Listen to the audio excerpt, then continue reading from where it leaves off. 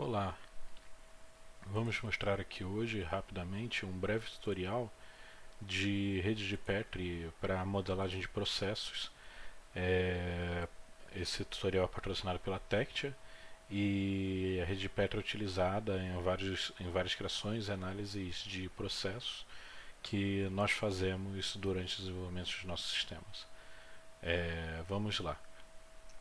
Vamos começar com um processo simples, tá? Essa barra preta, no caso, significa um processo, uma transição, tá? Onde nós podemos chamar, por exemplo, de criar agendamento. É um processo, uma transição, uma transformação de dado, tá? Criar agendamento. E nós podemos colocar dois estados, por exemplo. Podemos chamar de pedido aberto, melhor, solicitação aberta,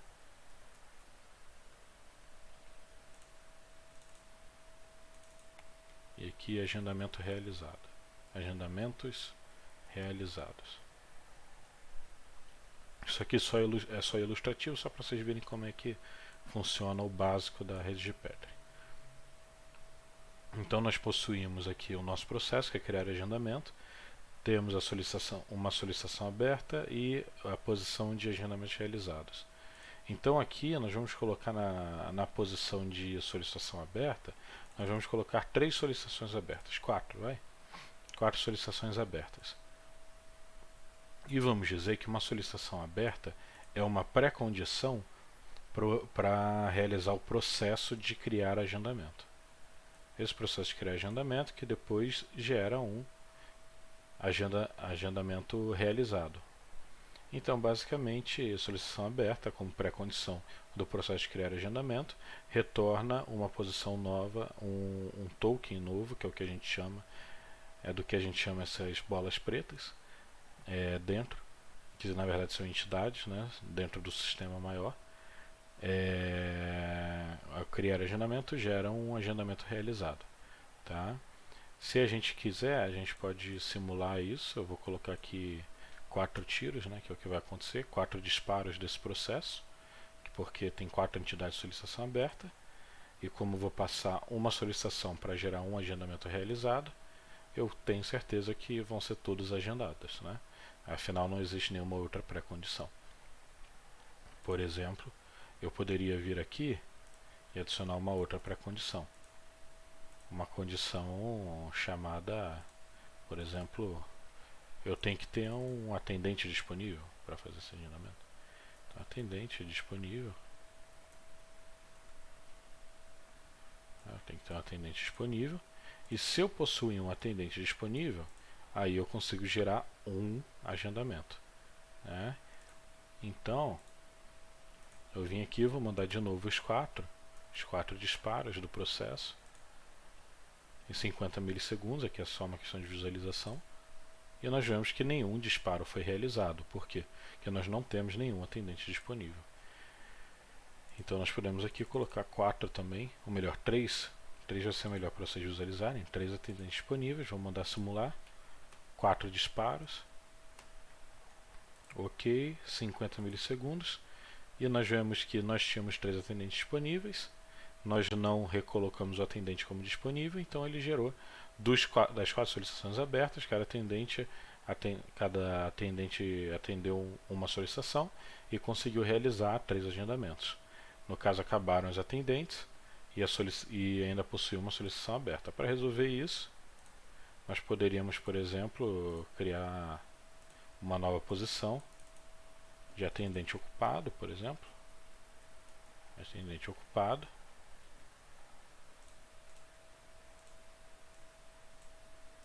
E gerar um retorno desse atendente após o processo ter sido realizado.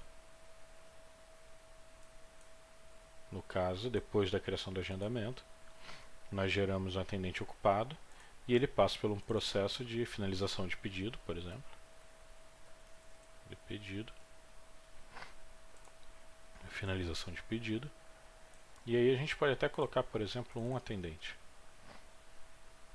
Só que aí é o seguinte, aqueles disparos de processo eu não posso mais colocar 4, porque existe um segundo processo, que é a finalização de pedido. Então se eu vier aqui e mandar executar, eu vou colocar mais disparos de processo, vou colocar uns 15 disparos de processo. Vou dar um OK, 50 milissegundos só para a gente ver. E você pode ver que o atendente ficou ocupado, ficou disponível, ficou ocupado, ficou disponível, ficou ocupado, ficou disponível, até atender todos os agendamentos realizados. Até atender todas as solicitações abertas, gerar 4 atendimentos realizados. Agendamentos realizados, tá? Então esse é o conceito da rede de Petri.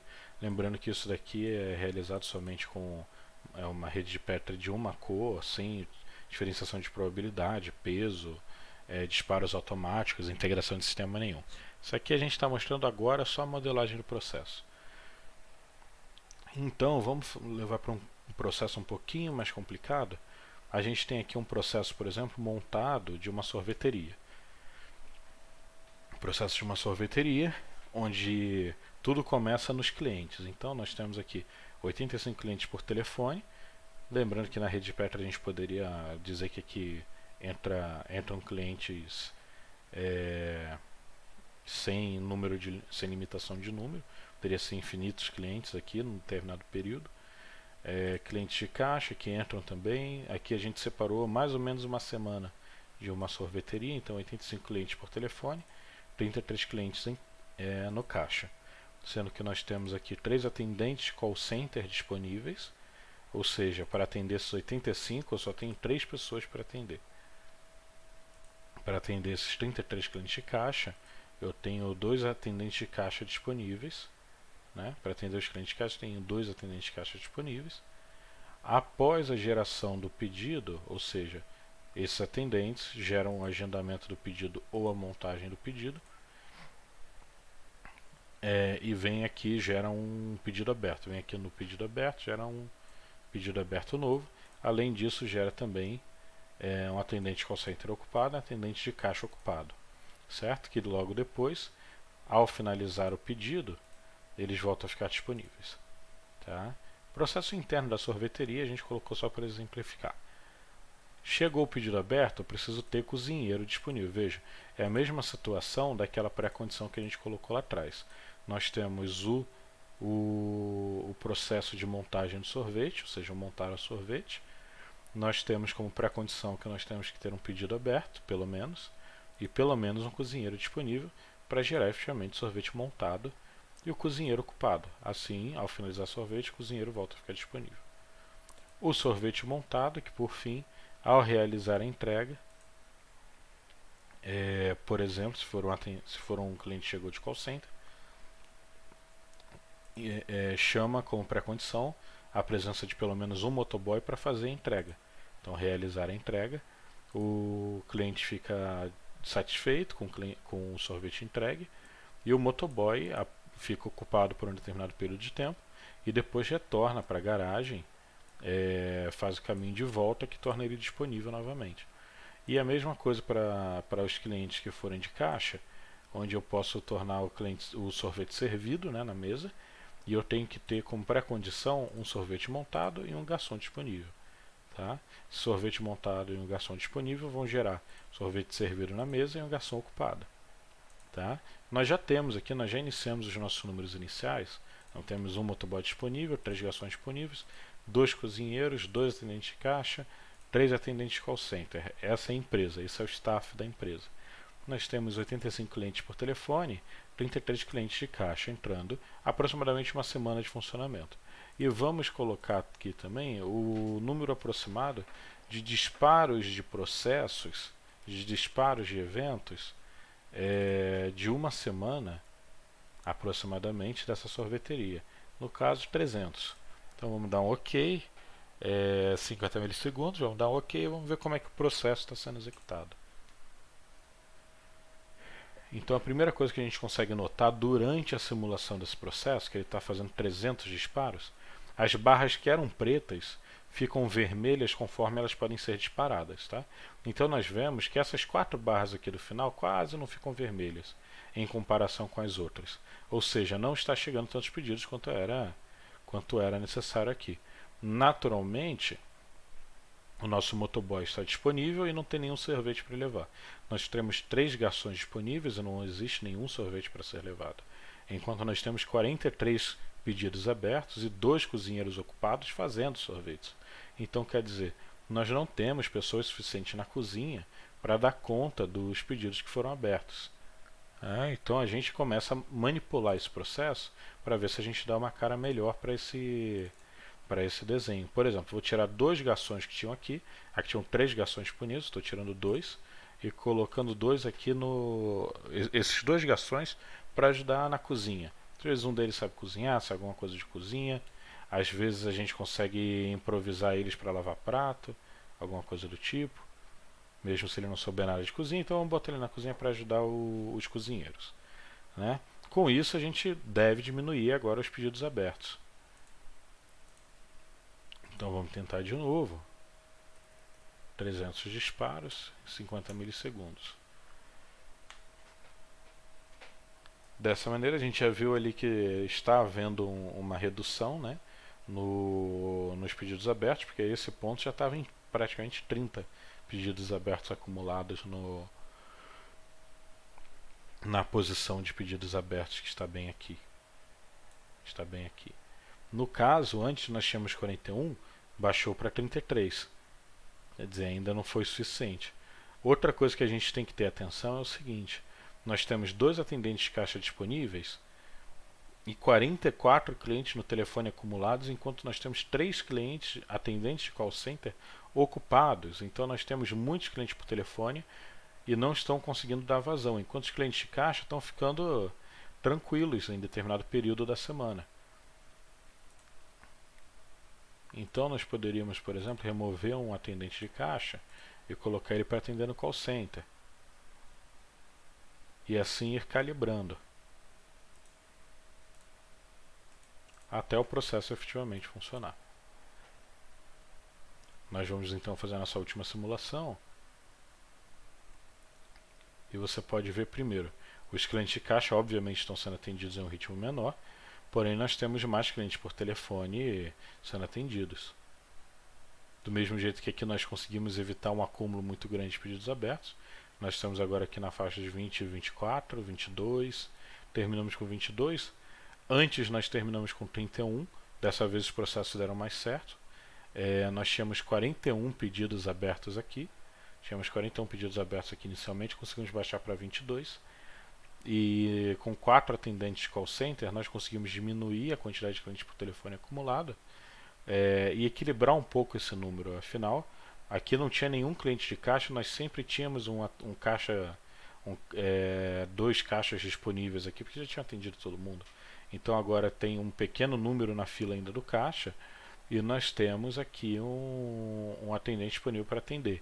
Então quer dizer, ele está constantemente em trabalho, nós conseguimos equilibrar um pouco mais a estratégia processual da empresa. Do mesmo jeito que aqui em pedidos abertos nós conseguimos diminuir, e agora nós arrumamos um outro problema. Nós temos 4 sorvetes montados.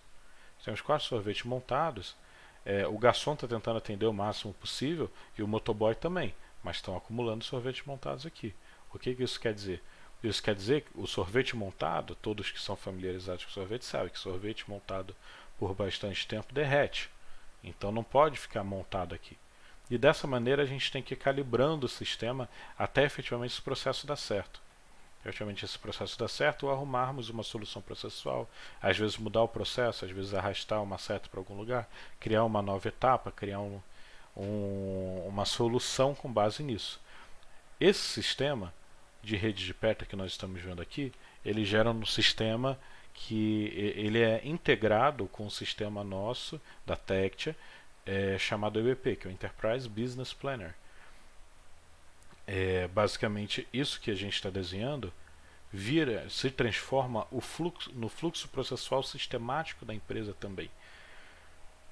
Então nós conseguimos monitorar isso em tempo real, integrado com RPs, integrado com outros sistemas de BI, back-office, CRMs que a empresa tiver,